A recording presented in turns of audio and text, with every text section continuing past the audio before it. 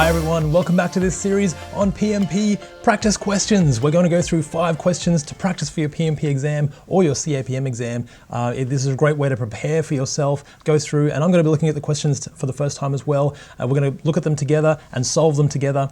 So it's a great way to stay up to speed and get up to speed. Let's go into the first question. You've started to notice the impact that team motivation has on your project results. Fair. If you are giving your team love, affection, acceptance, friendship, you're using their, so this is a great organizational theory. This is fantastic. A question on this type of thing. So motivation and leadership, their legal needs. No, it's not their legal needs. Social, probably social needs. There's love, there's acceptance. Wealth needs. No, we're not appealing to any money or cost. And organizational needs. That would be the needs of the business. Probably not that one as well. Let's go with letter B. Social needs, fantastic, letter B. Social needs comes from Maslow's hierarchy of needs and are things such as acceptance, appreciation, belonging, and companionship. And I really recommend, you won't need this necessarily for the exam, but Maslow's hierarchy of needs is a great way to help your own leadership skills and understand what people need in a given moment. So, they first need shelter, then they need safety in their job, then they need social acceptance, then there's achievement, and then there's, then there's actually their meaning in life. And you can't have higher levels without having the lower levels first. So people look for their safety and shelter and then social needs first. And that's really, really important. How did you go? Let's look at question 2. So question 2, you're working on a project where a strict and powerful union for the employees ensures that no employee can work more than 37 hours a week. Wow, isn't that a wonderful union?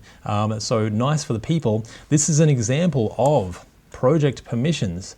Do we need permission to get them to work? Maybe. Project regulations?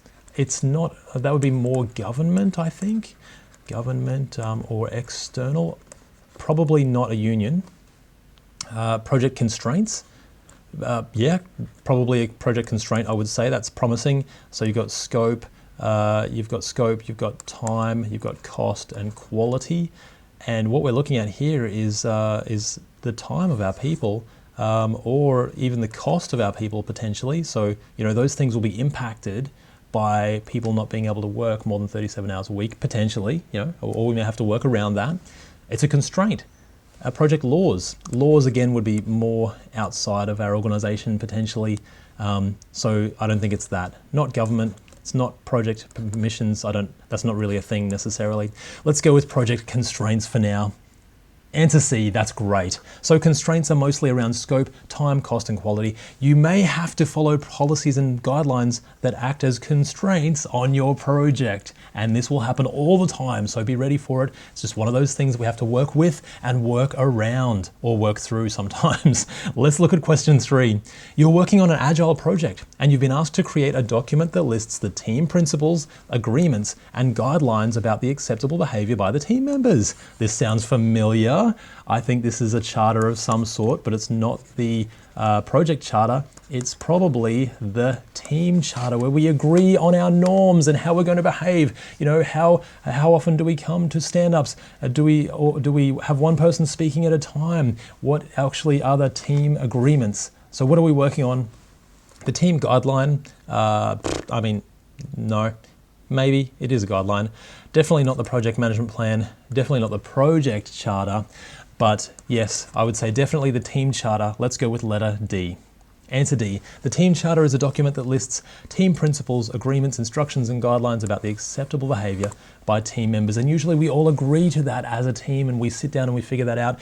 And if we have a retrospective and we think that things aren't going well, then we sit down and we re-look at our team charter and how can we improve our way of work. How did you go? Let's look at the last 2 questions. Question 4. You're managing a project team, and you need to ensure that your team members are doing what is needed to get the job done. What is a project document you will use that helps you know the effectiveness of your team? Okay, team performance assessments. That sounds quite promising.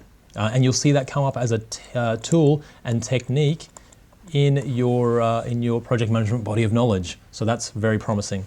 Team progress assessments, not really a thing. Team presentation assessments, not really a thing. Team achievement assessments, not really a thing. Let's go with letter A. Team performance assessments are a project tool and technique you will use to assess team performance and know the effectiveness of your team. How is everyone going? You're assessing their progress and basically how they're doing. Are they getting the work done? Yes or no? And do we need to adjust? Do we need to improve? How did you go with that one? Last question, question 5. A project manager will spend up to 90% of their time communicating, and your interpersonal skills will directly or indirectly impact the outcome of your project. Very true. Which of the following is a type of interpersonal skill? Selling. Potentially. Maybe. Converting. No. Team building. Probably. Physical skills. No, although it helps to throw a ball, but not in this scenario. Maybe you can do that after work. Do some team building by throwing the ball around, for example. I think we're going to go with letter C for this one. Team building is one of those interpersonal skills, and facilitation, stuff like that, you're going to need as part of your project skills.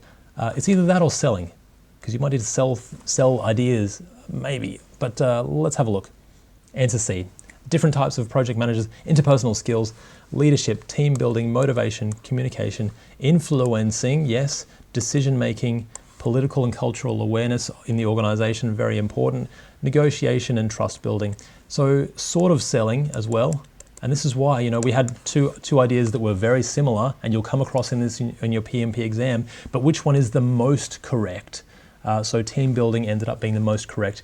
Now that's the end of the 5th question. How did you go? I hope you did well. Keep practicing and keep studying every day. I absolutely believe in you, and I know you can pass the PMP exam. I know you can do it if you keep practicing and keep trying every single day. I believe in you. I'll see you in the next video. Bye for now.